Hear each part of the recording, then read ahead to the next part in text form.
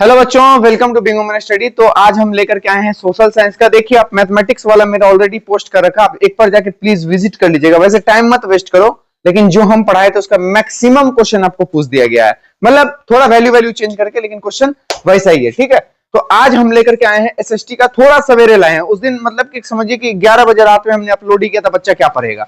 लेकिन अभी जो हम अपलोड करने वाले हैं वो सोशल साइंस का, आपके पास एक टाइम भी मिल जाएगा और पूरे वीडियो को अगर आप देखिएगा तो आप कल का एग्जाम बहुत अच्छे से दे पाएंगे। ठीक है, इसमें कम से कम 100 सब्जेक्टिव को एक साथ मिक्स कर दिया गया है, यानी जिनका छूट गया है या कुछ भी होगा, प्लीज इस वीडियो को पूरा एकदम स्किप मत कीजिए, देखिए पूरा अच्छे से।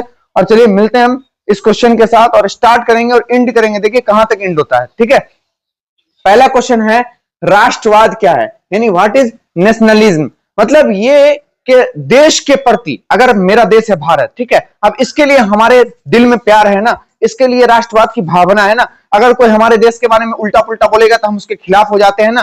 तो यही जो भावना है, प्रेम की, लगाव की भावना, उसको ही हम लोग क्या बोलते हैं बुआ, राष्ट्रवाद कहते हैं। तो यहां लिखा हुआ है राष्ट्रवाद राष्ट्र के प्रति प्रेम और लगाव की एक भावना है, इसको ही हम लोग क्या बोलते हैं बुआ, राष्ट्रवाद कहते हैं। चलिए देखते हैं नेक्स्ट क्वेश्चन। अच्छा, इसमें हर एक क्वेश्चन में कुछ पॉइंट करके है, तो प्लीज अब इन सब को ना आप रीड कर लीजिएगा अच्छे से। समय नहीं है, हम जितना जल्दी हो सकता है इसको इस वीडियो को खत्म करना चाहेंगे। ठीक है, चलिए देखते हैं नेक्स्ट क्वेश्चन। मेजनी कौन था? ठीक है, मेजनी वाज इटालियन राइटर, यानी मेजनी कौन था? इटली का एक साहित्यकार था। कौन था? इटली का एक साहित्यकार था। तो आपसे ये ऑब्जेक्टिव में भी पूछ सकता है। ठीक है, तो मेजनी कौन था? एक साहित्यकार था। वो एक गणतांत्रिक विचारों के समर्थक और योग्य सेनापति था। ठीक है, यानी जो गणतांत्रिक विचार वाले लोग होते थे उसका वो समर्थन करता था, यानी सपोर्ट किया करता था। ठीक है, इटली के एकीकरण में मेजनी का महत्वपूर्ण योगदान रहा, यानी इटली का जो एकीकरण हुआ उसमें मेजनी अहम भूमिका निभाया, यानी उसका एक योगदान सबसे महत्वपूर्ण माना गया है। ठीक है, इनमें व्यवहारिक गुण कम और आदर्शवादी गुण अधिक था, यानी व्यवहार जो इधर उधर का जो देखते एनवायरमेंट वाला वो थोड़ा सा उसमें कम था। ठीक है, और आदर्शवादी था, यानी कि वो ऐसा था ना कि हमेशा अच्छा सोचा करता था, बेटर करने का कोशिश करता, यानी आदर्श यानी रिस्पेक्टफुली सोचा करता था। ठीक है, तो ये आपको मेजनी का हो गया। अब देखते हैं हम नेक्स्ट क्वेश्चन को, चलिए फटाफट करते चलते हैं। What were the obstacles? Germany के एकीकरण की बाधाएं क्या क्या थी? भाई देखिए, जर्मनी के एकीकरण की बहुत सारी बाधाएं थी, उसको पॉइंट बाय पॉइंट करिए। सबसे पहली बात, जर्मनी के निम्नलिखित बाधाएं थी, आपको लिखना है। उसके बाद जर्मनी का लगभग 300 छोटे बड़े राज्यों में खंडित हो जाना, यानी सबसे पहला रीजन ये था कि जर्मनी का जो था वो 300 छोटे छोटे बड़े बड़े राज्यों में बट गया, यानी अलग हो गया, खंडित हो गया। तो ये सबसे बड़ी बाधा थी। उसके बाद जर्मनी में धार्मिक, अब मान लीजिए हर राज्य का अलग अलग होगा, वो बोलेगा हमारा लैंग्वेज अलग है, वो बोलेगा हमारे यहाँ का रहन सहन अलग है, तो ये सबसे बड़ी बाधा थी। इसी वजह से जर्मनी का एकीकरण नहीं हो रहा था, यानी रुक जाया करता था। बाधा का मतलब क्या? रोकथाम करना। तो 300 छोटे बड़े राज्य थे, तो सब जगह सब तरह के लोग थे, तो उस वजह से उसमें बाधाएं आ रही थी। दूसरा क्या है, जर्मनी में धार्मिक, राजनीतिक तथा सामाजिक विषमताएं होना, यानी सब में धार्मिक स्तर पे भी अंतर है। उसके बाद जो है राजनीतिक स्तर पे भी सबका सोच अलग है। भाई अब जब 300 राज्य है तो सबका अलग अलग सोच होगा, तो उस तरह से वहां पे क्रिया हो रहा था, जिसकी वजह से भी रोकथाम हुआ, यानी कि बाधाएं बनी। अगला है लोगों में राष्ट्रवाद की भावना का अभाव, यानी वहां के लोगों में राष्ट्रवाद की भावना थी नहीं। राष्ट्रवाद मतलब देश के प्रति प्यार की भावना थी ही नहीं। ठीक है, तो ये भी एक प्रकार का क्या था हुआ, बाधा था। अगला है शक्तिशाली राज्य परसा द्वारा अन्य राज्यों पर प्रभाव बनाए रखने का रखना, ये सब जो है उसका बाधा था। ठीक है, अब चलते हैं हम नेक्स्ट क्वेश्चन पे। मेटरनिक युग क्या है? भाई इसको याद कर लो, क्योंकि इसका ऑब्जेक्टिव आपको आ सकता है, सब्जेक्टिव में भी पूछ सकता है। तो ऑब्जेक्टिव याद करने का तरीका क्या है? मेटरनिक युग 1815 ईस्वी से 1848 ईस्वी के बीच के समय को ही हम लोग क्या बोलते हैं? मेटरनिक युग या मेटरनिक काल कहते हैं। ये याद रखिएगा, आपसे हो सकता है युग के बदले में काल पूछ दे, तो घबराना नहीं है। फिर से बता रहे हैं, आपको याद रखना है 1815 से लेकर के 1848 ईस्वी, है ना, इसके बीच का जो भी काल था, समय था, उसको ही हम लोग क्या नाम देते हैं? मेटरनिक युग का नाम देते हैं। क्योंकि 1815 ईस्वी में ऑस्ट्रेलिया के चांसलर मेटरनिक का वियना कांग्रेस सम्मेलन का नेतृत्व करने के साथ मेटरनिक युग की शुरुआत हुई। यानी 1815 में कहां से शुरू हुआ? ऑस्ट्रेलिया के चांसलर मेटरनिक का वियना कांग्रेस सम्मेलन का नेतृत्व किया था किसने? मेटरनिक ने। और वहीं से उसकी शुरुआत हुई। किसकी शुरुआत हुई? मेटरनिक युग की।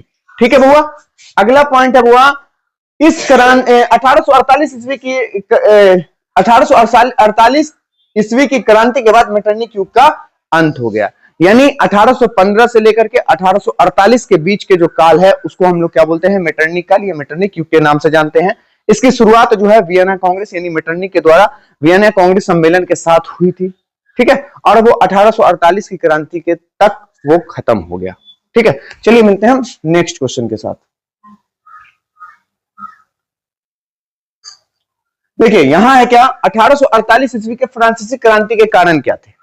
अब यहां पे 1848 में फ्रांस की क्रांति आ गई। आपसे ऑब्जेक्टिव में पूछ देगा फ्रांस की क्रांति कब हुई, है ना, तो आपको बोलना है 1848 में हुई। ठीक है, तो ये याद रखना आपको। देखिए 1840 में, यहां 48 होना था, नहीं सही है। 1840 में गीजो को फ्रांस का प्रधानमंत्री नियुक्त किया गया था। इस शासन काल में कोई भी सुधारात्मक कार्य नहीं हुआ जिससे देश में बेरोजगारी और भुखमरी बढ़ गई। मतलब कोई ऐसा काम नहीं हुआ, जैसे अभी मान लीजिए, बोलना तो नहीं चाहिए लेकिन जैसे मोदी जी हैं, तो अब यहां पे ना बेरोजगारी ऐसा हो गया है, ऐसे ऐसे सीमा, चरम सीमा पे है ना कि लोग मर रहे हैं, है ना, और वैकेंसी नहीं आ रही है। और जो खा पी रहे हैं या गैस सिलेंडर का वो सब भाव क्या हो ना बढ़ गया है। तो ऐसी स्थिति में जो गरीब समाज के लोग आते हैं, जो बेचारे 300 रुपया 200 रुपया पे काम करते हैं दिन का, तो उनकी जीवन यानी जिंदगी जीने की जो क्षमता होती है वो बहुत कम होने लगती है और धीरे धीरे वो बेचारे खत्म होते जाते हैं और बहुत कमजोर पड़ जाते हैं। ठीक है, तो जब ये प्रधानमंत्री नियुक्त किया गया था तो इसका जो शासनकाल चल रहा था उस समय में क्या हुआ ना कि सुधारात्मक कार्य यानी जो सुधारने का जो कार्य था वो नहीं हो पाया, सक्सेस नहीं हो पाया। इस वजह से सरकार के इन नीतियों के खिलाफ लोग प्रदर्शन करने लगे, यानी उनके खिलाफ हो गए सारे के सारे लोग और जुलूस निकालने लगे, जो 1848 के फ्रांसीसी क्रांति होने का कारण रहा। बात समझ में आ गया? यानी आप इसको सिंपली वर्ड में कह सकते हो कि जब गीजो को 18 मतलब के प्रधानमंत्री नियुक्त किया गया था तो उन्होंने वहां की जनताओं के लिए, फ्रांस की जनताओं के लिए कुछ नहीं किया, कोई भी सुधार नहीं किया। इस वजह से वहां की जनताओं ने उनके खिलाफ आवाज उठाया और उस क्रांति का नाम पड़ा 1848 की क्रांति। ठीक है, चलिए मिलते हैं हम नेक्स्ट क्वेश्चन के साथ। इटली जर्मनी के एकीकरण में ऑस्ट्रेलिया की क्या भूमिका थी? भाई इटली और जर्मनी के एकीकरण में बोल रहा है कि ऑस्ट्रेलिया की क्या भूमिका थी। बहुत इंपॉर्टेंट क्वेश्चन है बुआ, ध्यान से देखिए। इटली और जर्मनी के एकीकरण में ऑस्ट्रेलिया बहुत बड़ा बाधक बना। दूसरा पॉइंट, 1830 ईस्वी के क्रांति के बाद इटली में आंदोलन होना प्रारंभ हो गया था। मतलब 1830 ईस्वी की जो क्रांति हुई उसके बाद ही इटली में आंदोलन शुरू कर दिया गया। ठीक है, लेकिन ऑस्ट्रेलिया के चांसलर मेटरनिक द्वारा आंदोलन को दबा दिया गया जिससे इटली का एकीकरण धीमा पड़ गया। यानी ऑस्ट्रेलिया के जो चांसलर थे, कौन चांसलर थे भाई? मेटरनिक, उनके द्वारा इस चीज को दबा दिया गया, छिपा दिया गया। इस वजह से वो क्या हुआ ना, इटली का जो एकीकरण था वो धीरे हो गया, यानी कि धीमा पड़ गया। ठीक है, इसी प्रकार जर्मनी में भी मेटरनिक द्वारा राष्ट्रीय आंदोलन को दबाया जा रहा था। तो इन दोनों की वजह से क्या हुआ ना भाई, इटली और जर्मनी के एकीकरण में क्या हुई, ऑस्ट्रेलिया की भूमिका बहुत ज्यादा थी। समझ रहे हैं ना बात? मतलब वो अपना प्लान करके उसको दबाना चाह रहा था, छिपाना चाह रहा था। ठीक है, चलिए अगला क्या है, यूरोप में राष्ट्रवाद को फैलाने में नेपोलियन बोनापार्ट किस तरह सहायक हुआ? देखिए यूरोप में राष्ट्रवाद की भावना के विकास में नेपोलियन बोनापार्ट का महत्वपूर्ण योगदान था। मतलब नेपोलियन बोनापार्ट जो थे उन्होंने अपना अहम भूमिका निभाया था। किसमें हुआ? यूरोप में राष्ट्रवाद, यानी यूरोप में जनता के प्रति देश की जो प्यार होती है, भावना होती है, उसको जगाने का काम किया था। ठीक है, दूसरा, नेपोलियन बोनापार्ट ने जर्मन प्रदेशों को जीतकर राइन राज्य संघ की स्थापना की, यानी एक कमेटी बनाई। जब वो जीते तो उन्होंने कमेटी तैयार किया। यहीं से जर्मनी में राष्ट्रवाद की भावना बढ़ने लगी और धीरे धीरे वो अपना, जो जर्मनी के लोग थे उनमें अपने देश के प्रति प्यार की भावना आने लगी। तो नेपोलियन बोनापार्ट के द्वारा ही जर्मनी में क्या हुआ, लोगों को देश के प्रति प्यार की भावना जगी, यानी कि राष्ट्रवाद की भावना जगी। ठीक है, और धीरे धीरे यह पूरे यूरोप में फैलने लग गया, यानी उसका बहाव पूरे यूरोप में फैल गया, चला गया। चलिए अगला है, गैरिबॉल्डी के कार्यों की चर्चा करें। देखिए इटली के एकीकरण में गैरिबॉल्डियो का महत्वपूर्ण योगदान है। ये सारा बुआ जो देख रहे हो ना, सारा एकीकरण पे है। ये जो अभी जो हम क्वेश्चन पढ़ रहे हैं, अभी बहुत सारा क्वेश्चन पढ़ोगे बुआ, बहुत सारा। आज बस आज का वीडियो देख लो, क्योंकि कल हो सकता है जो मेरा कुछ सुन लोगे या पढ़ लोगे इसको, तो कल तुमको काम आ जाएगा। तो यहाँ पे क्या है, इटली के एकीकरण में गैरिबोल्डी का महत्वपूर्ण योगदान था। यह पेशे से एक नाविक था। क्या था बुआ? नाविक था। उन्होंने युवकों की एक सशक्त सेना लाल कुर्ती बनाया, यानी जो युवक लोग थे उनकी एक सेना बनाया उन्होंने, और उस सेना का नाम क्या दिया? लाल कुर्ती। याद रखिएगा, क्या नाम दिया? लाल कुर्ती। इन सैनिकों को लेकर इन्होंने सिसिली और नेपल्स को जीतकर वहां गणराज्य स्थापना की। यानी वो जो सैनिक तैयार किया था लाल कुर्ती का, उसको लेकर के गए कहां? सिसिली और नेपल्स, और वहां पर उन्होंने एक गणराज्य बनाया। क्लियर? यानी उसको जीत लिया, उसके बाद वहां गणराज्य बना लिया। बाद में इन्होंने अपनी सारी संपत्ति राष्ट्र को दान कर साधारण किसान की भांति जीवन गुजारने लगे। यानी ये जो बेचारे गैरिबोल्डी थे, वो क्या किए? लास्ट में अपनी जो भी संपत्ति थी वो उसको दान कर दिए, दे दिए, और देने के बाद अपनी जिंदगी को किसान की तरह जीने लगे। ऐसा इंसान होना चाहिए। चलिए देखते हैं नेक्स्ट क्वेश्चन। विलियम प्रथम, याद रखिएगा यहां पे विलियम 1 दिया हुआ है, क्वेश्चन में ऐसा भी हो सकता है विलियम प्रथम। याद रखिएगा, विलियम प्रथम के बगैर जर्मनी का एकीकरण बिस्मार्क के लिए असंभव था। कैसे? देखिए, विलियम प्रथम ने जर्मनी के एकीकरण के उद्देश्य से बिस्मार्क को अपना चांसलर नियुक्त किया। किसको? बिस्मार्क को विलियम प्रथम ने अपना चांसलर नियुक्त कर दिया, बना दिया। जर्मनी के एकीकरण के लिए उसने अनेक युद्ध किए और जर्मनी के एकीकरण में अपना महान योगदान दिया था। यानी बिस्मार्क जो है उसने जो है अपना अहम भूमिका निभाया किसमें? जर्मनी के एकीकरण में। यदि विलियम प्रथम बिस्मार्क को चांसलर नहीं बनाया होता तो विलियम के बगैर बिस्मार्क के लिए जर्मनी का एकीकरण करना असंभव था। मतलब भाई सीधी बात ऐसा समझिए कि अगर विलियम नहीं करता कुछ तो बिस्मार्क से जर्मनी का एकीकरण हो पाना संभव नहीं था।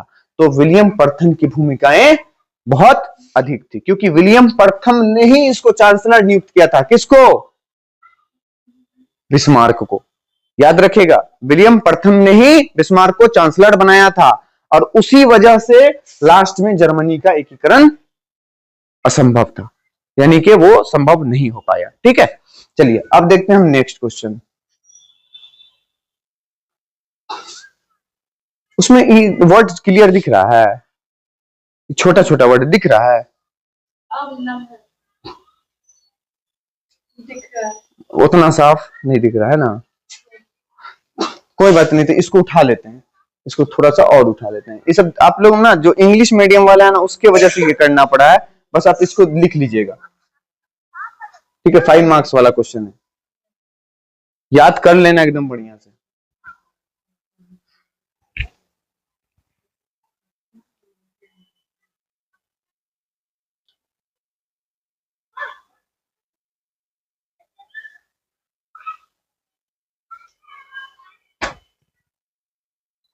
ये सब जो 5 मार्क्स में है, ठीक है?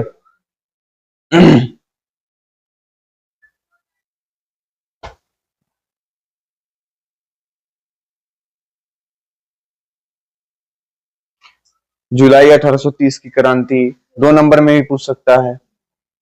यूनानी स्वतंत्रता आंदोलन का संक्षिप्त विवरण दें, पूछ सकता है।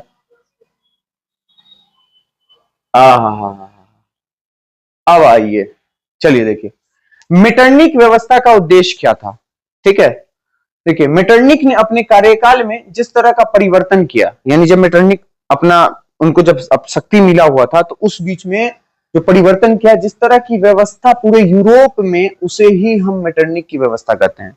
यानी वो जो पूरे यूरोप में अपनी व्यवस्था को बनाए रखे, उसको ही हम लोग क्या बोलते हैं? वो मेटरनिक व्यवस्था कहते हैं। इसका उद्देश्य क्या था? पुरातन व्यवस्था की पुनर्स्थापना करना, यानी जो पुरातन व्यवस्था थी उसकी फिर से स्थापना करना, उसको फिर से बनाना। ठीक है, तो ये याद रखना है मेटरनिक व्यवस्था का उद्देश्य।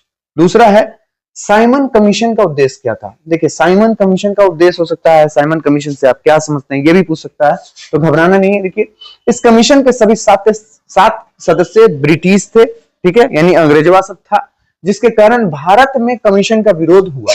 यानी वो जो कमीशन बनी साइमन कमीशन, उसका भारत में विरोध किया गया।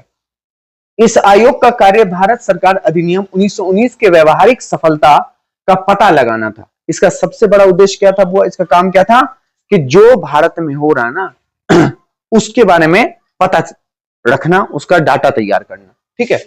3 फरवरी 1928 में साइमन कमीशन के मुंबई पहुंचने पर हड़ताल आयोजित की गई। यानी जब साइमन कमीशन मुंबई आया तो यहाँ के जो भारत के लोग थे वहां हड़ताल घोषित कर दिया गया और साइमन वापस जाओ जाओ वापस जाओ के नारे लगाने लगे। यानी कि यहाँ की जो जनता थी उसको भगाने का काम की, दूर भगाने का काम किया। ठीक है। लाहौर में साइमन कमीशन का विरोध करते हुए पुलिस की लाठी से लाला लाजपत राय घायल हुए, जिनकी बाद में 17 नवंबर 1928 को मृत्यु हो गई। यानी कि उसी बीच में जो साइमन कमीशन का जो गठन हुआ था तो उसके अगेंस्ट में ना जो भी भारत की जनता थे, पहले तो भाई भारत पाकिस्तान सब एक था ना, तो लाहौर अभी पाकिस्तान में गया लेकिन पहले भारत में ही था। ये सब भारत मतलब एक कंट्री था, हम लोग बटे हुए नहीं थे। ये तो 47 में जब अंग्रेज सबको मार के भगाए तो हम लोग अपना अपना बंटवारा कर लिए, बाकी सब तो कंट्री एक ही था। तो उस टाइम में लाला लाजपत राय को ना लाठीचार्ज किया गया था पुलिस बल के द्वारा। अब ब्रिटिश शासन था तो उससे वो घायल हुआ और लास्ट में उनका मृत्यु हो गया। ठीक है। अगला क्वेश्चन है बुआ, देखिए जर्मनी के एकीकरण में बिस्मार्क की भूमिका का वर्णन करें। देखिए अभी तुरंत हम ऊपर वाले में पढ़ा दिए हैं बट हम यहाँ पे स्क्रीनशॉट आपको करवा देते हैं, आप इसको जरूर याद से कर लीजिए ताकि आपको कल वाले एग्जाम में ये काम आ जाएगा। ठीक है। 5 मार्क्स का क्वेश्चन, लॉन्ग क्वेश्चन। ये देखिए,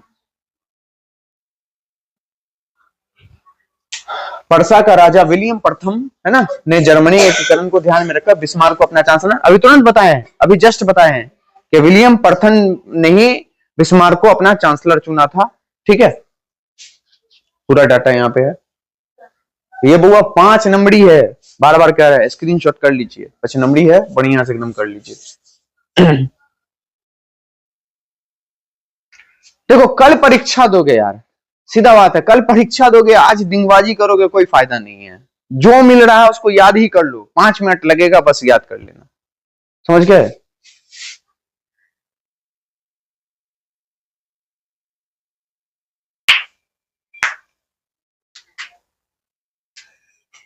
चलिए ओके, हम फोड़े अंगूठा था, सब फोड़ना शुरू कर दिए। राजनीतिक दलों के आचार संहिता की आवश्यकता पर चर्चा करें। देखिए यहाँ पर राजनीतिक दल के लिए आचार संहिता की आवश्यकता, आचार संहिता जानते हो भाई, जैसे इलेक्शन वगैरह लगता है ना तो उसको एक नियम कानून के जरिए ही सब चीज को किया जाता है। इस वजह से खास करके जब भी देखिएगा इलेक्शन होता है तो आचार संहिता लग जाता है, जिसमें क्या होता है ना कि कोई भी गतिविधि अपनी 2 लोग 3 लोग इकट्ठा नहीं खड़े हो सकते हो, बात नहीं कर सकते हो, कोई चीज है ना, यानी जो प्रत्याशी है वो किसी का घर जल्दी नहीं जा सकता है, मतलब कई तरह का बात होता है उसमें, क्या पता वोट के लिए पैसा देने क्या हो। तो ये आचार संहिता का असल रूल है बट उल्लंघन होता है भाई, ये भारत है, यहाँ सब कुछ होता है। तो ये आपका लॉन्ग क्वेश्चन है, प्लीज स्क्रीनशॉट कीजिए ना। लिखा है ना, कोई भी पार्टी या उम्मीदवार ऐसे किसी गतिविधि में शामिल नहीं होगा जिससे मौजूदा मतभेद बढ़े। मतभेद का मतलब क्या होता है? नफरत, है ना, वैसा हो या आपसी नफरत पैदा हो या विभिन्न जातियों और समुदाय, धार्मिक या भाषाई के बीच तनाव पैदा हो। ऐसी गतिविधि में शामिल होने वाले व्यक्ति को 3 साल की कैद और 10,000 रुपए का जुर्माना या दोनों भुगतान होगा। और केपीआर अधिनियम 1994 की धारा 121, धारा 145 ये भी आपको लग सकती है। ठीक है। उसके बाद है आदर्श आचार संहिता। क्या होता भाई? देखिए देश में स्वतंत्र और निष्पक्ष चुनाव कराने के लिए चुनाव आयोग कुछ नियम बनाता है। चुनाव आयोग इन्हीं नियम को आचार संहिता कहते हैं। देखिए अक्सर देखे होंगे जहां पे वोटिंग होता है वहां पर किसी का मोहर प्रचार वगैरह नहीं हो सकता, लेकिन वहां पे किया जाता है। और प्रचार लेने के लिए जो आप जो चुनाव में लड़ते हैं तो उसके लिए हमको थाना से परमिशन लेना पड़ता है। तो असल में वो है आचार संहिता, आदर्श आचार संहिता का नियम। लेकिन इसका उल्लंघन कैसे हुआ? मान लीजिए कि आज वोटिंग हो रहा है, हम जाकर के बोल दिए आरजेडी को वोट दो, बीजेपी को वोट दो, हम उसको बोले जेडीयू को वोट दो। इसका मतलब क्या हुआ ना कि आप जो आचार संहिता लगा हुआ उसका उल्लंघन कर रहे हैं। ठीक है। तो यह है आदर्श आचार संहिता, ये नियम देख लीजिए। आचार संहिता के कुछ नियम होते हैं उसको भी समझ लीजिए। चुनाव आचार संहिता लागू होने के बाद कई नियम भी लागू हो जाता है। इनकी अवहेलना कोई भी राजनीतिक दल या राजनेता नहीं कर सकता है। ठीक है। या कोई राजनीतिक दल का मतलब का कोई ऐसी पार्टी, पॉलिटिकल पार्टी या फिर उसके जो नेता है वो इसका कोई अवहेलना नहीं कर सकते हैं, नहीं तो उनको सजा होगी भाई। ठीक है, इसको आप स्क्रीनशॉट कर लीजिए, बहुत बड़का है। ठीक है, चलिए हाँ हाँ हाँ हाँ, ये देखिए क्वेश्चन, राष्ट्रीय आय की गणना में आने वाली किन्हीं दो कठिनाइयों को लिखिए। राष्ट्रीय आय जो हो रही है उसकी गणना, भाई सिंपल सी बात है, हम कैसे कर पाएंगे? अब हमारे घर पे हमारा कोई गार्जियन नहीं रहता है, या कोई एक आदमी है, दो आदमी कहीं बाहर है, तो गणना हो ही नहीं पाएगा, हम डाटा तैयार ही नहीं कर पाएंगे। तो ये सबसे बड़ी कठिनाई है। यहाँ पढ़िए, राष्ट्रीय आय की होने वाली कुछ कठिनाई रही, पर्याप्त और विश्वसनीय आंकड़ों का अभाव, यानी जो हमको आंकड़ा चाहिए वो हो नहीं पाता है, मिल नहीं पाता है। क्या रे उठे गिरी सब बात कर रही है, दिमाग नहीं है तुम लोग के पास?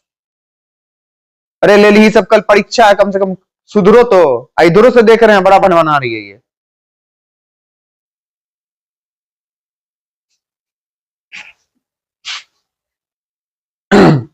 पर्याप्त विश्वसनीय आंकड़ों का अभाव, भाई सही से सबके घर पे सब नहीं है, तो इस वजह से जो डाटा तैयार करना होता है वो हो नहीं पाता है, तो इसके वजह से इसमें सबसे बड़ा प्रॉब्लम क्रिएट होता है। ठीक है, तो ये आप इसका स्क्रीनशॉट कर लीजिए फटाफट।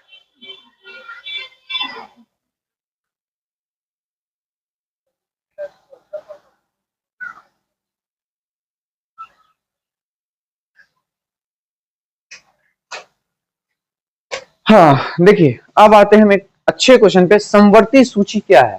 ठीक है, राज्य सूची से समवर्ती सूची में स्थानांतरित किए गए 5 विषयों में भार और माप, शिक्षा, न्याय प्रशासन, संविधान और भारत के उच्च न्यायालय और सर्वोच्च न्यायालय को छोड़कर सभी न्यायालयों का संगठन शामिल होता है। समवर्ती सूची का विचार ऑस्ट्रेलिया के संविधान से लिया गया है और इसे भारत के संविधान में लागू किया गया। मतलब इन 5 चीज को छोड़ करके बाकी जितनी भी चीज आती है वो सभी आती है समवर्ती सूची में। ठीक है, उन सब को उसमें शामिल किया गया, और जो लिया गया है नियम वो कहां से लिया गया है? ऑस्ट्रेलिया के नियम से। क्लियर? अगला क्वेश्चन है, मानव विकास सूचकांक क्या है? ध्यान से समझिएगा, मानव विकास सूचकांक संयुक्त राष्ट्र विकास कार्यक्रम यूएनडीपी द्वारा प्रकाशित किया जाता है।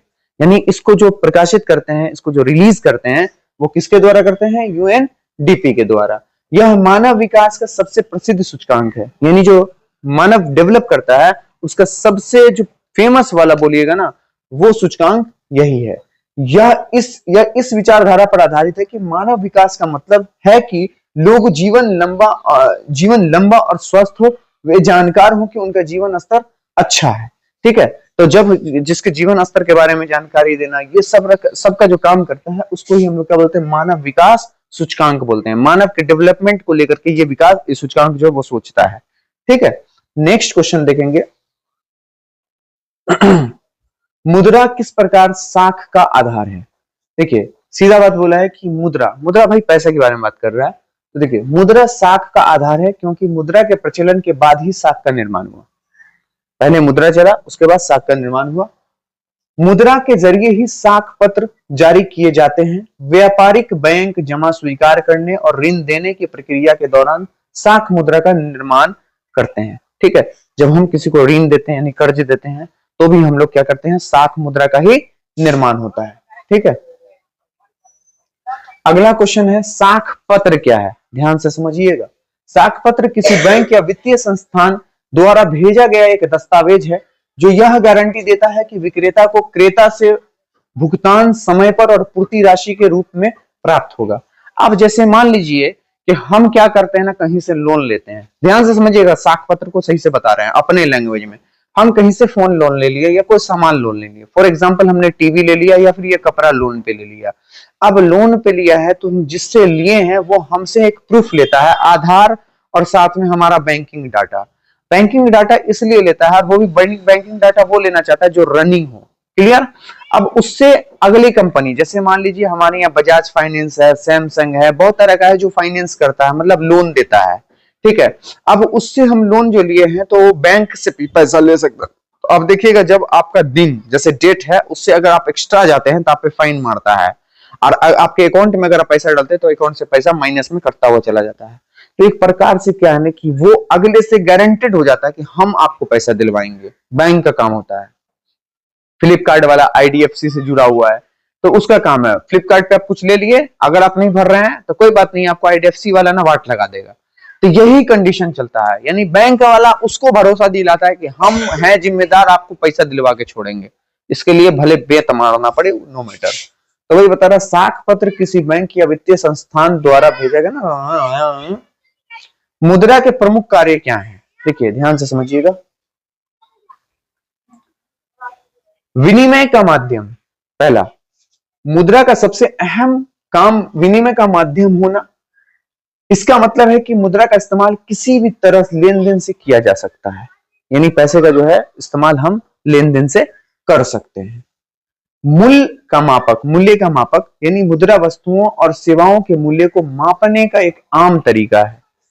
जैसे 20 प्रति किलो, 30 प्रति दर्जन, 25 प्रति लीटर दूध लाने गए तो उसको हम पैसे में नाप सकते हैं। उसके बाद जो है कोई सामान दर्ज केला लाने गए तो दर्जन में मेजरमेंट कर सकते हैं। उसी प्रकार से कुछ चावल लाने गए तो हम किलो में, अब तो नहीं बोलेंगे 4 को चावल दो, ऐसा तो नहीं ना है। तो ये सारा कंडीशन उस पर अप्लाई होता है। मुद्रा का भंडार, मुद्रा में मूल्यों को जमा किया जा सकता है। खाते की इकाई, मुद्रा खाते की इकाई के रूप में भी काम करती है। ठीक है, ये सारा आपको डाटा है, 5 मार्क्स का क्वेश्चन है बुआ, थोड़ा सोच समझ के इसको लिखिएगा। ठीक है,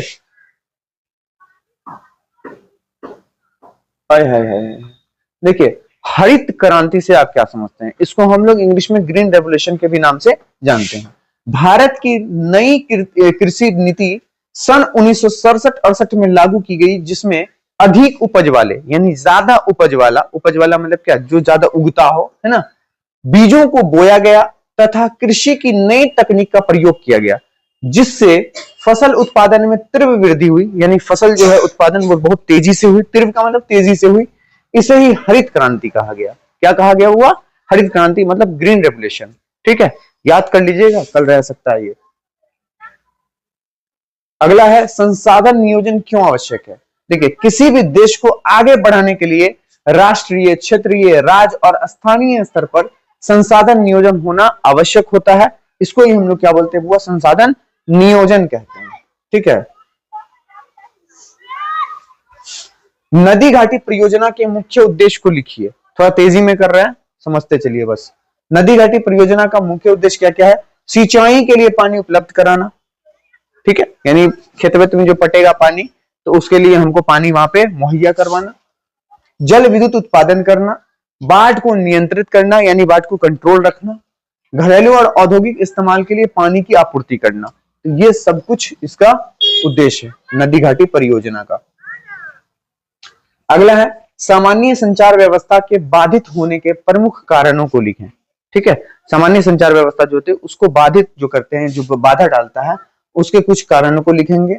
देखिए यहाँ, इस पृथ्वी पर छोटी बड़ी आपदाएं होती रहती है। दुर्भाग्यपूर्ण भूकंप, चक्रवात, बाढ़, सुनामी एवं भूस्खलन जैसी बड़ी प्राकृतिक आपदा के समय प्रचलित सभी दूरसंचार सेवाओं का बुनियादी ढांचा बुरी तरह से क्षतिग्रस्त हो जाता है।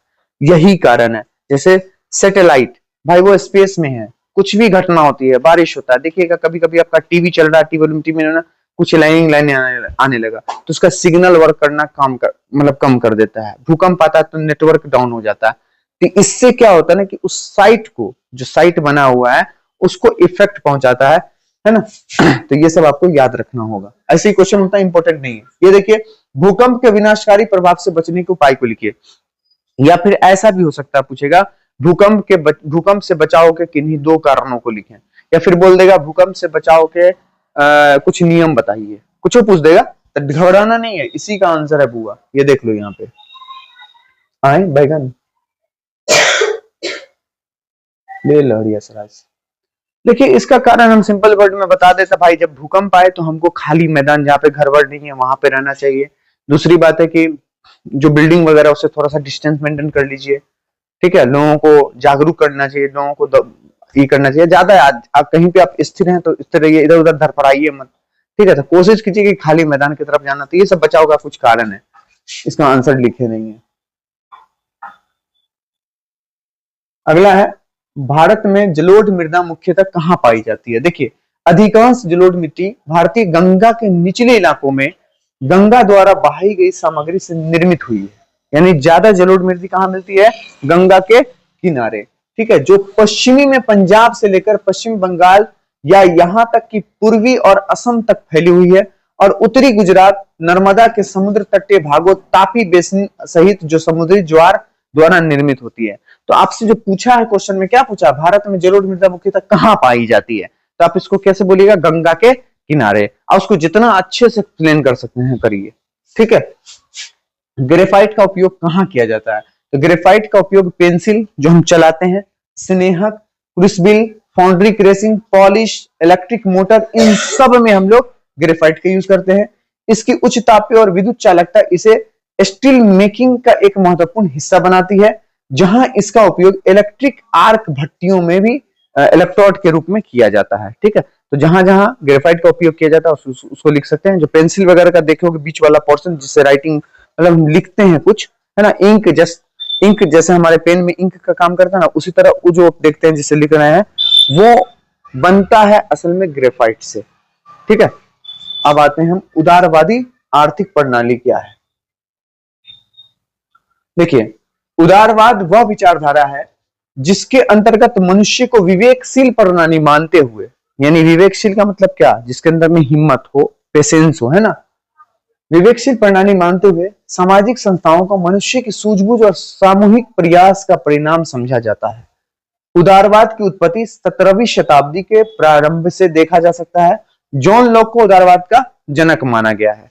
इसकी जो शुरुआत हुई थी वो कब हुई थी बुआ, 17 शताब्दी में, ठीक है। और इसके जो जनक हैं यानी फादर हैं वो हैं जॉन लॉक, ठीक है।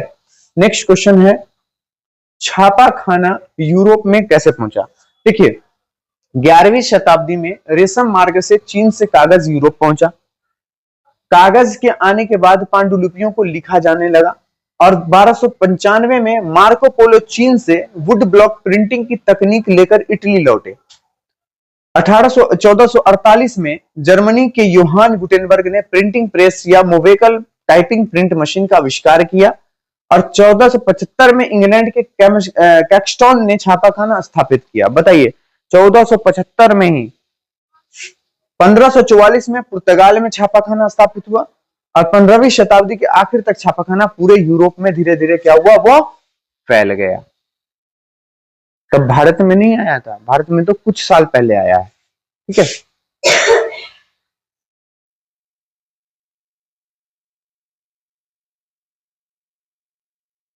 देखिए, इस क्वेश्चन को भी आप लोग को थोड़ा पढ़ लेना है, ठीक है। नई औद्योगिक नीति के मुख्य बिंदुओं का वर्णन करें। अब एक काम करते हैं, हम क्वेश्चन को हाईलाइट करते चलते हैं, आप बस उसको देखते चलिए और याद कर लीजिएगा पूरा को अच्छे से, ठीक है। हम एक इसी वीडियो में, क्योंकि आपके पास समय बहुत कम है, हुआ 50 को वीडियो इधर उधर मत देखो, बस इस वीडियो का जितना क्वेश्चन है उसको कवर करके चले जाना। 100% गारंटी है मेरा बुआ की कल का आपका सब्जेक्टिव का पूरा बेड़ा पार हो जाएगा, पूरा बेड़ा पार हो जाएगा, कहीं रोक ठोक नहीं है। क्योंकि कल वाला जो आप एग्जाम दीजिएगा ना, उसमें आपको शायद 4 जो है 5 नंबरी, कुछ 4 नंबरी भी रहेगा, और ऐसे करके मतलब शायद 16 नंबर का शायद रहता है, और इधर आपका बच जाता है रेस्ट में 12 दूना 24, हाँ 12 क्वेश्चन आपको 2 नंबरी बनाना है, और 4 क्वेश्चन आपको बनाना है 5 नंबरी, 4 नंबरी, ठीक है। तो 4 चौका 16, 12 दूना 24, 16 24 40 नंबर का आपका सब्जेक्टिव होगा, और 40 नंबर का आपका ऑब्जेक्टिव होगा। ऑब्जेक्टिव में ज्यादा धड़पड़ाइएगा मत, थोड़ा सा पेशेंस बना करके उसको ढंग से याद कर लीजिए, और समझ करके 80 में सिर्फ 40 को बनाइएगा, ठीक है। नई औद्योगिक नीति के मुख्य बिंदु का वर्णन करें, इसको आपको याद कर लेना है। वन विनाश के 2 मुख्य कारक का उल्लेख करें, इसको भी आपको याद कर ही लेना है, ठीक है बुआ। नेक्स्ट क्वेश्चन है, कोयले के 4 प्रकारों का नाम लिखें, ठीक है। यह आपको पूछे हुआ क्वेश्चन है ऑलरेडी, इसलिए आप इसको एक बार जरूर अच्छे से कर लीजिएगा, और कितना परसेंट है ये भी आप याद कर लीजिएगा, हो सकता है ऑब्जेक्टिव में ऐसा पूछ दे। नगर निगम के प्रमुख कार्य को लिखें, ये आपका महत्वपूर्ण क्वेश्चन है, इसको आपको कर लेना है, ठीक है। सड़क की मरम्मत करना, सफाई करना, ठीक है, सड़कों पर प्रकाश का प्रबंध करना, नए घर का निर्माण करना, घर घर पेयजल की सुविधा स्थापित करना, ये सब आपको जो है नगर निगम का कुछ कार्य है, ठीक है। इस सब का भी आंसर हम ऑलरेडी यूट्यूब अपने चैनल पे करवा चुके हैं, इस क्वेश्चन को भी आप लोग कर लीजिएगा। इंग्लैंड की औद्योगिक क्रांति का भारतीय कुटीर एवं हस्तशिल्प उद्योग पर क्या प्रभाव पड़ा, ठीक है। इस क्वेश्चन को एक बार आप देख लीजिए ना यार, एक बार बस उसको रीडिंग करते चलिए अच्छे से, जैसे लाइक पेपर पढ़ते हैं ना वैसे रीडिंग कर लीजिए, आपको सब समझ में आ जाएगा, ठीक है।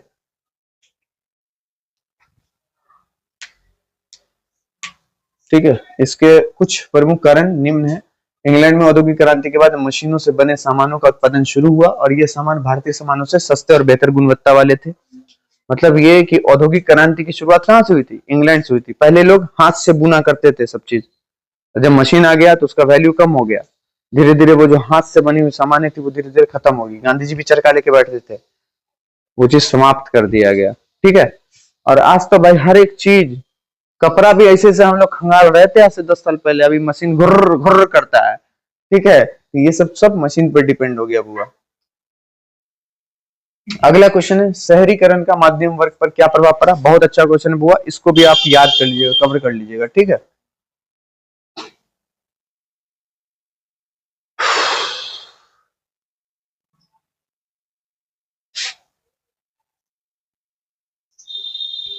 हाँ, बहुउद्देशीय परियोजना क्या है?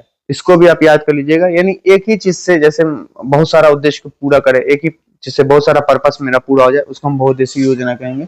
इसको भी आप लोग याद कर लीजिए। इसका एग्जाम्पल बोल सकते हो तो नदी, नदी में मखाना कर सकते हैं, इलेक्ट्रिक पैदा कर सकते हैं, मछली पालन कर सकते हैं, है ना, ये सब हो सकता है।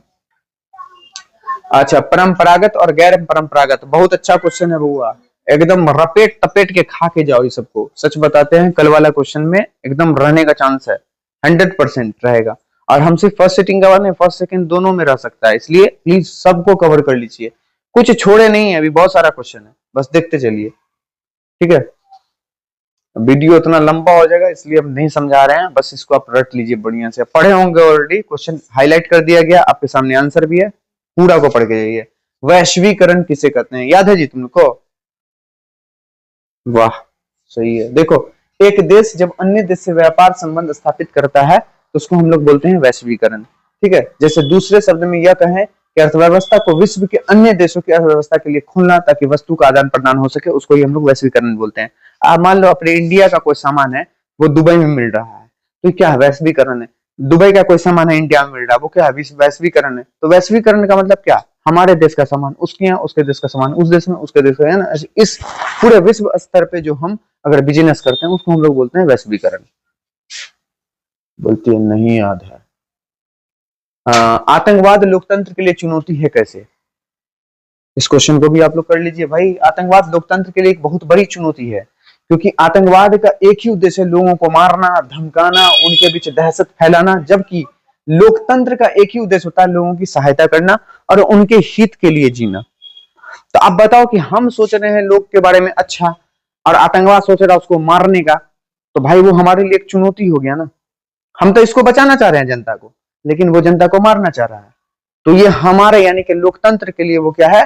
एक चुनौती है। जैसे ये सब आतंकवाद और ये सब जनता। ठीक है, हंस रही है लिली, ही सब आतंकवादों हंस रहा है, जनता हंस रहा है। चलो, लोकतंत्र तो हंस ही रहा है। चलो, हाँ, दबाव समूह क्या है बताओ जी, याद है? बताइए। ये सब क्वेश्चन याद नहीं है भाई, पढ़े होगे ऑलरेडी, तुम लोग कोचिंग में पढ़े होगे। क्वेश्चन देख करके अगर आंसर नहीं है ना तो इसका स्क्रीनशॉट करके रट लो, रट के जाओ। ठीक है, इन लोगों का ऐसा समूह जो अपनी मांगों की ओर सरकार का ध्यान केंद्रित करने के लिए सरकार पर अप्रत्यक्ष रूप से दबाव डालते हैं, संगठन बनाता है, उसे हम लोग क्या बोलते हैं? दबाव समूह कहते हैं। आप जैसे मान लो कि डायरेक्टली ना होकर के अप्रत्यक्ष रूप से सरकार को बोलेंगे आपने ये काम किया नहीं किया, मतलब एक तरह से उस पर प्रेशर डालना। ठीक है, तो इसको ही हम लोग क्या बोलते हैं? दबाव समूह बोलते हैं। ठीक है, चंपारण सत्याग्रह, अरे बाप रे भाई, बुढ़वा वाला कहानी है, पढ़िए लेना, पक्का कहते ही पूछेगा। बुढ़वा ना समझ, सॉरी गांधी जी। देखो, अंग्रेज चंपारण में तिनकठिया प्रणाली के अंतर्गत किसानों से जबरदस्ती नील की खेती करवाकर उनका शोषण करते थे। यानी अंग्रेजवा कहता था कि तुमको करना ही पड़ेगा। अब वो नील की खेती जहां पे होता है वो जमीन क्या होता है? जर्जर हो जाता है, मर जाता है, फिर वहां पे खेती दोबारा नहीं हो सकती है। इस वजह से जो है वहां के जो किसान थे उन्होंने क्या किया कि राजकुमार शुक्ला को के आमंत्रण पर, जो राजकुमार शुक्ला थे वो चंपारण के ही थे, वो किसानों का सुना करते थे, और उन्होंने 1917 में गांधी जी को बुला लिया। कहां? चंपारण बुला लिया, और फिर किसानों की दशा का पता लगाया, यानी किसान के दुख दर्द को समझा। सरकार ने गांधी जी को गिरफ्तार कर मुकदमा चलाया, लेकिन बाद में गांधी जी को छोड़ दिया। अब गांधी जी के दबाव पर सरकार ने चंपारण एग्रियन एक्ट पारित कर किसानों को राहत दिया। मतलब इसमें गांधी जी क्या किया ना, किसान आंदोलन छेड़ दिया। अब छेड़े इसमें कि बस लास्ट में उसको क्या हुआ कि वो एक्ट जो था चंपारण एग्रियन एक्ट पारित किया, उससे किसान को फिर बोला कि ठीक है वो प्रणाली हम वापस लेते हैं। अतः तिनकठिया व्यवस्था को समाप्त कर दी गई और इसके साथ ही गांधी जी का भारत में पहला सफल सत्याग्रह था। ठीक है, चलिए क्या, हाँ हाँ भैंसठी सब है, सोएगी नहीं, दिमागे नहीं है तो पढ़ना लिखना सारे भाई। नाम मोहम्मद फाजिल। देखिए महामंदी के कारणों को लिखे। रे भाई महामंदी जानते हो, एक ऐसा टाइम था जहां भाई पूरे कंट्री में, पूरे विश्व में ना महामंदी फैल गया था। और वो जो काल था 1929 से 32 वाला काल था।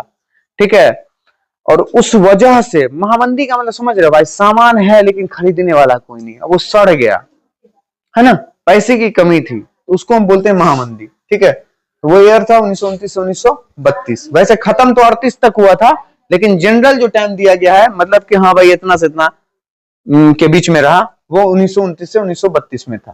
ठीक है,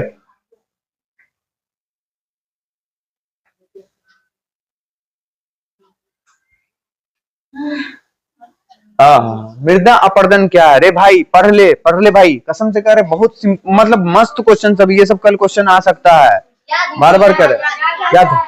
बहुत अच्छी बात है। चलो अगला है, जैव और अजैव संसाधन किसे कहते हैं? सच में याद है? तो तब कल पता चलेगा ना। आप लोग भी याद कर लीजिए, मलगब्बा क्वेश्चन सब है बुआ। ठीक है, याद कर लीजिए। अरे देखिए जैव संसाधन क्या हुआ? जैव संसाधन वे जिनमें जीवन व्याप्त होते हैं, जैसे मनुष्य, पशु आदि आदि, है ना, यानी जिसमें हम जिंदगी जी सकते हैं, जो जिंदगी जो जिंदा रहेगा। ठीक है, वो आ गया तुमको जैव संसाधन में। और जैव क्या है? वे संसाधन जो निर्जीव वस्तुओं से बने होते हैं। जैसे मान लो भाई पेड़ पौधा से जो है सूखा सूखा पेड़, वो क्या निर्जीव है ना, उससे बने होते हैं, उसको हम लोग क्या बोलते हैं? अजैव संसाधन बोलते हैं। जैसे चट्टान, धातु अजैव संसाधन के उदाहरण है। ठीक है, अवैध संसाधन जिनकी प्राप्ति जीव मंडल से होती है, उन्हें जिनमें जीवन व्याप्त होता है, उसे हम लोग जैव संसाधन। सीधी बात है भाई, जो चीज सजीव है उसको जैव संसाधन बोलिएगा, जो निर्जीव है उसको अजैव संसाधन बोलिएगा। क्लियर हो गया?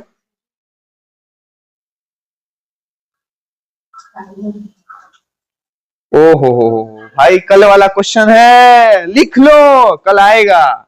नहीं फर्स्ट और सेकंड में नहीं आएगा तो हम क्या करें, लेकिन आ सकता है। रॉलेट एक्ट जो है ना, इसी को हम लोग काला कानून भी कहते हैं। ठीक है, तो ये आपको याद रखना है एकदम बढ़िया से। देखो शीत युद्ध समझते हो? इसमें गोलीबारी, बंदूक, तलवार, मार काट नहीं होता है, बात का है तुमको फाड़ देंगे तो तुमको मार देंगे, तो वो वाला कहानी है शीत युद्ध का। इसको भी रट लेना बढ़िया से। ठीक है, स्क्रीनशॉट करते चलो, कल वाले एग्जाम में काम आएगा। हम अभी भी बोल रहे हैं, समय आपको बहुत अच्छा है, बहुत अच्छा टाइम मिला हुआ है, आराम से एकदम मस्त तरीके से प्रिपरेशन कीजिए, जा करके एकदम कल दहाड़ दीजिए पूरा।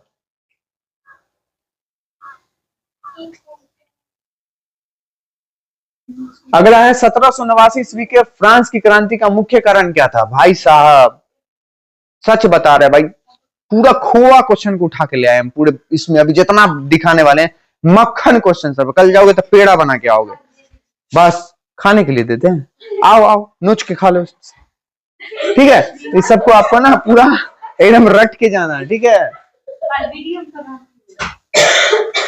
हाँ चलिए, ये वाला क्वेश्चन का भी हम लोग उसी का है, इसका भी स्क्रीनशॉट कर लीजिए और याद कर लीजिएगा प्लीज।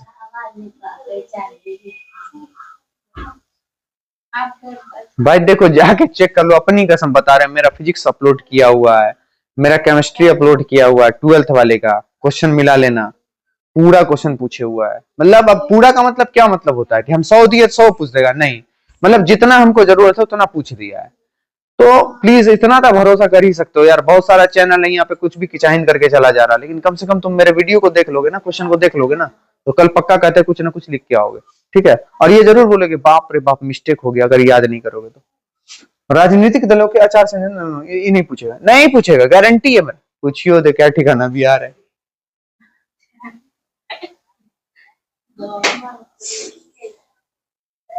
रे रे रे रे रे वही क्वेश्चन आ गया जी, समवर्ती सूची आए खत्म का होगा। हाँ ये भी पढ़ा दिया ना अभी। नेपोलियन ना हो गया है। नहीं नहीं, हाँ ये भी पढ़ा है, लेकिन ठीक है, इसको आप देख लीजिए, ठीक है, कोई दिक्कत नहीं है, स्क्रीनशॉट कर लीजिए। हाँ पढ़ा है, सबसे पहला क्वेश्चन था शायद।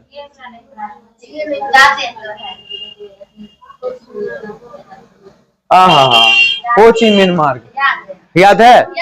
याद है इस लोग को, तुम भी लोग याद कर लो, सच बता रहे हैं, कुछ ही हो सकता है।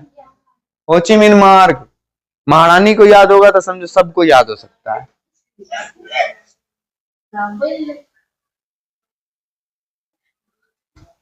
स्क्रीनशॉट करते चलो, स्क्रीनशॉट कर लो, ये सब हो ची मिन मार्ग का पॉइंट है, ठीक है।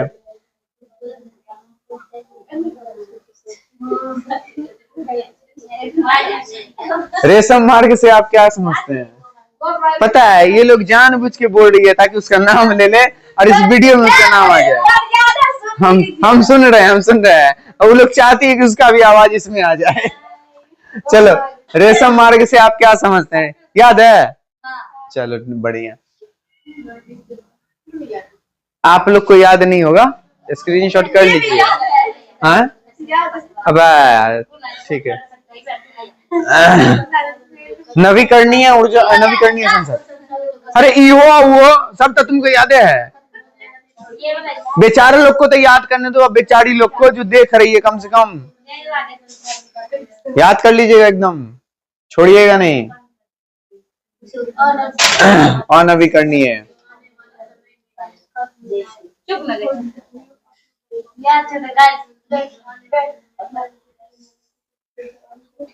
हाय हाय हाय हाय हाय, वायु परिवहन के मुख्य विषय नहीं पूछेगा, नहीं पूछेगा, लेकिन याद कर लीजिए, कोई ठिकाना नहीं है, बिहार सरकार है, कुछ हो सकता है।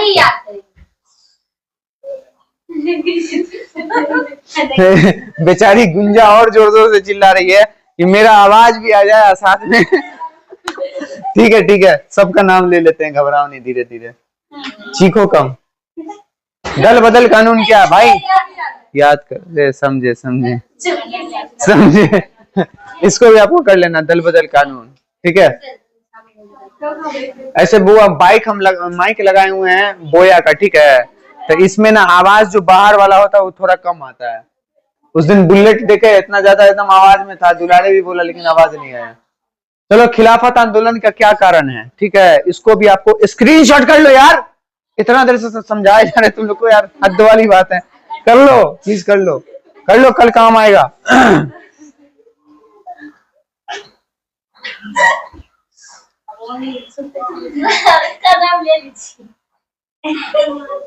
उसका नाम है प्रियंका और चमर चिट्टी। चलो, बहुत हंसी मजाक हो रहा है यार, चलो पढ़ाई पे ध्यान दो, तो सीरियसली बता रहे हैं, मजाक नहीं करो, पढ़ाई पे ध्यान दो। फैटम फैटा कर रही है चुटकी सब।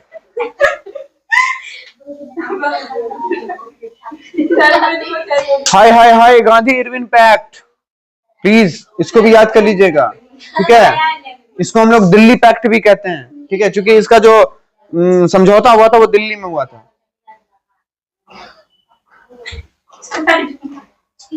याद कर लीजिए, हाँ, बंधुआ मजदूर, स्क्रीनशॉट करिए और याद भी करते चलिए। आप क्या कीजिएगा ना, हम बताते हैं, वीडियो को रोक दीजिए, ठीक है, स्क्रीनशॉट करके क्या करोगे यार, मोबाइल का गैलरी भरोगे, वीडियो को रोक दो और याद करो, जब याद हो जाए तो फिर वीडियो चालू करो और फिर दूसरे में जाओ, आगे वाले में, अगला क्वेश्चन में, जब वो याद हो जाए तब ऐसे करो। चौरी चौरा आंदोलन क्या है, या इसको हम लोग चौरा चौरी कांड भी बोलते हैं, ठीक है, तो इसलिए आपको याद रखना पड़ेगा, थोड़ा सा क्वेश्चन चेंज कर देगा। औसत आय और प्रति व्यक्ति आय क्या है, ये भी आपको याद कर लीजिए, पूछ दे है ना। मानव विकास सूचकांक पढ़ा दिए, वस्तु विनिमय प्रणाली, अरे ये वाला समझे, वस्तु विनिमय प्रणाली जानते हो, जिससे मतलब कि किसी से सामान लिए, या फिर अगर तुम हमसे पढ़ रही हो ना तो पैसा नहीं देना, गेहूं लेके आ जाना, धान लेके आ जाना, एक वस्तु विनिमय, वस्तु से आदान प्रदान करना, मुद्रा का कोई वहां पे उपयोग नहीं होता है, उसको बोलते हैं हे कनी आटा छे हमरा पास 1 किलो, है ना, कनी ओकरा बदले हमरा चाउर दे दियो, मतलब ये कि आटा है मेरे पास, चावल दे दीजिए इसका बदला। तो ये जो कंडीशन है वस्तु विनिमय प्रणाली, यानी वस्तु का वस्तु आदान प्रदान करने की जो घटना होती है उसको वस्तु विनिमय प्रणाली बोलते हैं। अगला है नर्मदा बचाओ आंदोलन। वाह, क्वेश्चन है भाई, स्क्रीनशॉट कर लो, पक्का करे। धर्मनिरपेक्ष राज्य से आप क्या समझते हैं? जल्दी जल्दी कर रहे, बढ़ा रहे आप, ठीक है। उसके बाद है आपको एजेंडा 21 क्या है? एजेंडा 21 देख लीजिएगा। महापौर, देखिए महापौर जो होता है वो मेयर होता है। इसमें आपको याद रखना है कि कभी कभी जनता मिलकर बनाती है, कभी कभी जो सरकारी जो उसके जो कार्यकर्ता होते हैं वो मिलकर के उनको बनाते हैं, ठीक है। और ये खासकर नगर परिषद में किसमें होता है भाई? हाँ, नगर परिषद में रहने वाले लोग के लिए होता है। नगर निगम में जो कार्य करते हैं उसमें जो मेयर होता है उसका चुनाव या तो जनता करती है या फिर सरकारी जो कार्यकर्ता होते हैं वो चुनते हैं, ठीक है। हमको मैथिली नहीं आता है, थोड़ा बहुत बोल देते तुम लोग की इज्जत के लिए। सर्वहारा वर्ग किसे कहते हैं? ठीक है, देखो क्यों हम ऐसा कर, पता है? दो तीन चीजें है। एक तो साला लाइट कर सकता है कभी भी, कोई ठिकाना नहीं है। दूसरी बात कि हमारे पास वो व्यवस्था है नहीं जो हम फिर से उसको मतलब लाइट कंटिन्यू रखें। दूसरा ये कि भाई तुम्हारे पास समय भी कम है, ठीक है, तो इन सब को देखना पड़ता है। जिनेवा समझौता कब और किनके बीच हुआ था? जिनेवा समझौता कब और किनके बीच हुआ था तो वो देख लीजिए। देखिए जिनेवा समझौता 26 अप्रैल 1954 को शुरू हुआ था और 21 जुलाई 1954 तक चला था। किसके किसके बीच हुआ था जल्दी बताओ। देखो याद रखना, अमेरिका साम्यवादी और अमेरिका के बीच हुआ था। किसके किसके बीच हुआ था? साम्यवादी और अमेरिका के बीच हुआ था। क्लियर हो गए? 1954 में, याद रखेगा 26 अप्रैल 1954 को शुरू हुआ था। ऑब्जेक्टिव में पूछे जिनेवा समझौता की शुरुआत कब हुई तो आप क्या बोलेगा? 26 अप्रैल 1954 को। अंत कब हुआ? 21 जुलाई 1954 को, ठीक है। इसका स्क्रीनशॉट कीजिए। अगला है असहयोग आंदोलन प्रथम जन आंदोलन था, कैसे? ठीक है, इसका भी आप स्क्रीनशॉट कर लीजिए। विश्व बाजार किसे कहते हैं भाई साहब? जहां विश्व का सारा सामान मिल जाए उसको विश्व बाजार के। जैसे अपने यहाँ मुंबई, दिल्ली, ये सब में ना हर कंट्री का सामान मिल जाएगा भाई। तो जिस जगह पे विश्व की सारे सामान, यानी जो भी सामान है पूरे विश्व का, वो मिल जाए, उपलब्ध हो जाए, अवेलेबल हो, उसको हम लोग बोलते हैं विश्व बाजार।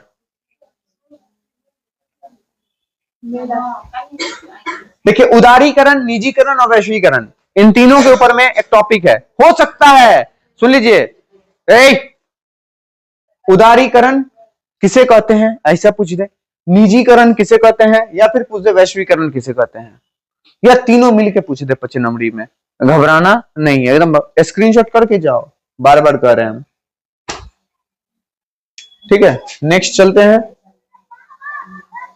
आई से आप क्या समझते हैं? What do you understand by income? इसको भी याद कर लीजिए। समावेशी विकास से आप क्या समझते हैं? ठीक है, समावेशी विकास से आप क्या समझते हैं? अगला क्वेश्चन है प्रति व्यक्ति आय क्या है? यही क्वेश्चन आ गया ना, प्रति व्यक्ति वाला है। चलिए अगला है पंचायती राज प्रणाली क्या है? जल्दी फटाफट कीजिए स्क्रीनशॉट। फिर वस्तु विनिमय प्रणाली आ गया यार, ये भी क्वेश्चन है बुआ। ग्राम पंचायत को और ज्यादा उपयोगी बनाने के लिए क्या सुझाव दिए जा सकते हैं? क्वेश्चन था, ठीक है, बाय मिस्टेकली इसका नंबरिंग हट गया है। ये सारा पॉइंट है आंसर में, ये क्वेश्चन है, ये भी उसी का आंसर है। और देख लिया वो पॉइंट उठ के 15 पे आ गया, यहाँ पे लगता है झगड़ा हुआ था उस दोनों में, इसलिए। अगला है बाढ़ नियंत्रण के लिए उपाय बताइए। तब सबसे पहले क्या करना है? ज्यादा से ज्यादा पेड़ लगाइए, नदी और तालाब को थोड़ा और गहरा कर दीजिए या थोड़ा बड़ा कर दीजिए ताकि पानी वहां इकट्ठा हो। ज्यादा से ज्यादा जलाशय बनाइए, जलाशय जहां पे जल इकट्ठा होता है उसको जलाशय कहते हैं। छोटे छोटे बांधों का निर्माण करना है ना, तो ये सब आपको याद रखना होगा। अब देखिए भूस्खलन क्या है? देखिए भाई सीधी बात है, भूस्खलन का मतलब क्या होता है? एक प्राकृतिक आपदा है जिसमें पहाड़, चट्टान, मिट्टी, ये सब क्या होता है? धंसने लगता है, धीरे धीरे खत्म होने लगता है। उस आपदा को हम लोग क्या बोलते हैं? भूस्खलन बोलते हैं, ठीक है। रूसी क्रांति का पर मार्क्सवाद का क्या प्रभाव पड़ा? भाई साहब स्क्रीनशॉट करो, ठीक है, जल्दी जल्दी।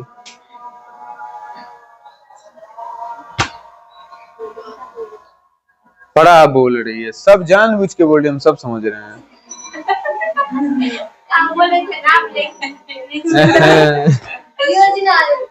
तब तो तुम्हारा नाम रख दे टुन टुन। योजना आयोग पर टिप्पणी लिखें, ठीक है। योजना आयोग का ही अभी नाम क्या है, जल्दी बताइए। योजना आयोग का नाम बदल दिया गया ना जी। अभी योजना आयोग का नाम क्या है? नीति आयोग। हाँ नीति आयोग, इसमें नहीं लिखा हुआ है जी। हाँ हाँ लिखा हुआ है ना, नीति आयोग, ठीक है। इसके जो मेन जो अध्यक्ष होते कौन है? प्रधानमंत्री, याद रखना है। अरे भाई साहब एक के क्वेश्चन बार बार आ रहा है, याद कर लेना, समझ रहे हो? बार बार आने का मतलब आएगा। आइए देखो, खूनी रविवार क्या है? Bloody Sunday. बड़ा बढ़िया एकदम दिए हुए आंसर, एकदम चकाचक, तुम याद करके जाओ यार, छोड़ना नहीं एक भी। आय हाय हाय, गांधी जी ने नमक कानून क्यों तोड़ा?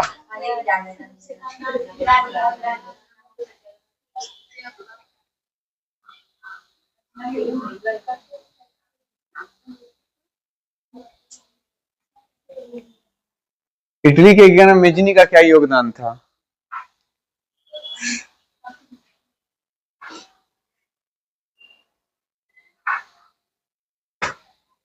इटली के एकीकरण में काबुल और गैरिबोल्डी का योगदान का उल्लेख करें।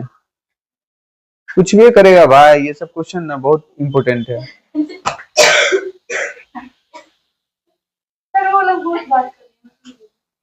वो बात कर रही है, तुम ही नाम ले रही है। एकदम सही बोली है प्रीति। ओहो, अब यहाँ से हिंदी मीडियम वाले ना देखिए सिर्फ, क्योंकि इंग्लिश मीडियम वाले का नहीं है, ऐसे इंग्लिश मीडियम वाले देख लोगे तो ठीक है। योजना आयोग अभी हम पढ़े हुए किए, दिखा दिए थे उसमें। चिपको आंदोलन क्या है और यह कब हुआ? फटाक से इसका स्क्रीनशॉट कर लो और याद भी कर लेना बढ़िया से। भारत के प्रमुख 4 राष्ट्रीय हवाई अड्डों का नाम लिखें, ठीक है। इंदिरा गांधी अंतर्राष्ट्रीय हवाई अड्डा नई दिल्ली में है। नेताजी सुभाष चंद्र बोस अंतर्राष्ट्रीय हवाई अड्डा कोलकाता में। छत्रपति शिवाजी अंतर्राष्ट्रीय हवाई अड्डा महाराष्ट्र में। अन्ना दुराई अंतर्राष्ट्रीय हवाई अड्डा चेन्नई में, ठीक है। प्रति व्यक्ति आय, अरे साले बहुत बार आ रहा है, समझ रहे हो? कल वाला में आएगा। वस्तु विनिमय, अरे भाई ये भी आ रहा है, ये सब लक होता है, लक।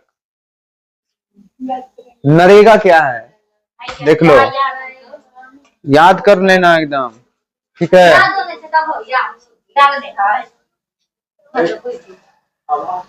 आपदा क्या है और ये कितने प्रकार का होता है?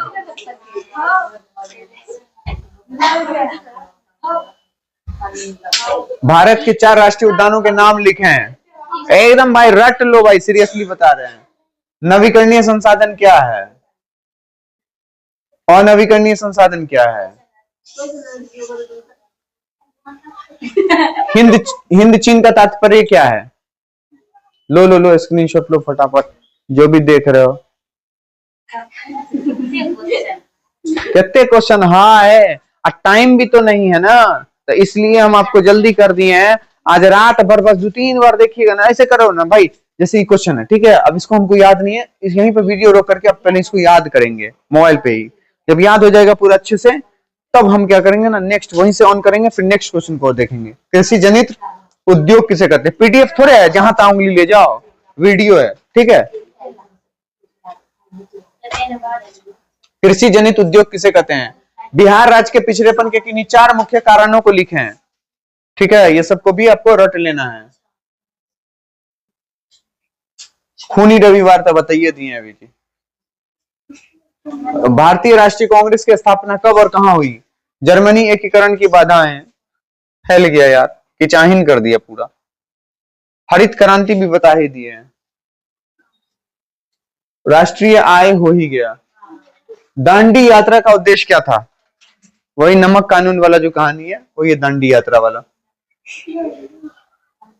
महापौर पर संक्षिप्त टिप्पणी लिखे, अभी जस्ट ऊपर करवाए हैं। पेट्रोलियम से किन किन वस्तुओं का निर्माण होता है? देखिए, पेट्रोल, डीजल, केरोसिन, तेल, ग्रीस, साबुन, कीटनाशक, ये सब है ना। भारत के रोपण फसलों का नाम क्या है? वायु परिवहन के प्रमुख विशेषताओं को लिखें। मुंबई को सूती वस्त्र की राजधानी क्यों कहा जाता है? ठीक है। उद्योगों से प्रदूषण कैसे फैलता है? ये भी क्वेश्चन अच्छा है, क्योंकि आजकल भाई बहुत ज्यादा प्रदूषण फैल रहा है ना, इसलिए, और कहीं भी मतलब हो जाता है। आजकल कहीं भी देखिएगा तो वो मतलब फैक्ट्री वगैरह है, देखिएगा पूरा धुआं धुआं है, प्रदूषण फैल रहा है। गाड़ी में सिलेंसर निकाल के चल रहा है तो प्रदूषण फैल रहा है। इन सब का सब हर जगह छोड़ता है। सर्वहारा वर्ग ये भी हो ही गया है, रॉलेट एक्ट भी हो ही गया है। जालियांवाला बाग हत्याकांड का वर्णन करें। चंपारण सत्याग्रह के बारे में बताइए। खिलाफत, इसी को वो किसान आंदोलन भी पूछ सकता है इसी पे। खिलाफत आंदोलन, भाई सब तो बता दिए ऊपर। मुस्लिम लीग का उद्देश्य क्या था? मुस्लिम लीग का उद्देश्य क्या था? देखिए यहाँ पे आंसर। असहयोग आंदोलन क्यों वापस लिया गया?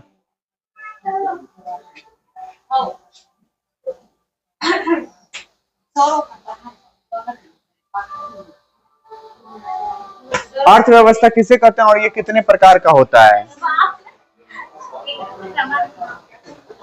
दल बदल कानून क्या है? बाढ़ से होने वाली हानियों का वर्णन करें। रबी फसल क्या है? खरीफ फसल क्या है? साख क्या है? एटीएम क्या है? वैश्वीकरण से आप क्या समझते हैं? लोकतंत्र की सरकार।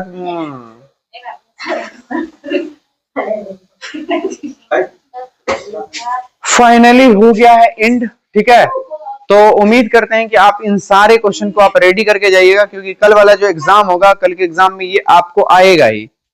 अब फर्स्ट सिटिंग में, सेकंड सिटिंग में, जिसमें भी हैं आप प्लीज इस वीडियो को देख करके जाइए, क्योंकि हमने इसमें जितना भी इंपॉर्टेंट क्वेश्चन था उन सबको इसमें करा दिया है। हाँ, समय और लाइट की वजह से हम थोड़ा सा डरे सहमे हुए थे और इस वजह से हम बहुत ज्यादा जल्दी उसको खत्म करने का प्रयास किए। बस आपसे थोड़ा सा मेहनत हम ये लेंगे कि आपको जो भी क्वेश्चन का स्क्रीनशॉट बोले हम करने के लिए, उन सबको आप ओके करके जाइए और कल के एग्जाम में एकदम दहाड़ के आइए। 100% बोलना है आपको, ये सारा क्वेश्चन उसमें रहने वाला है, ठीक है। Thank you for watching my video. मिलते हैं हम कल साइंस के क्वेश्चन के साथ। चलिए, बाय बाय।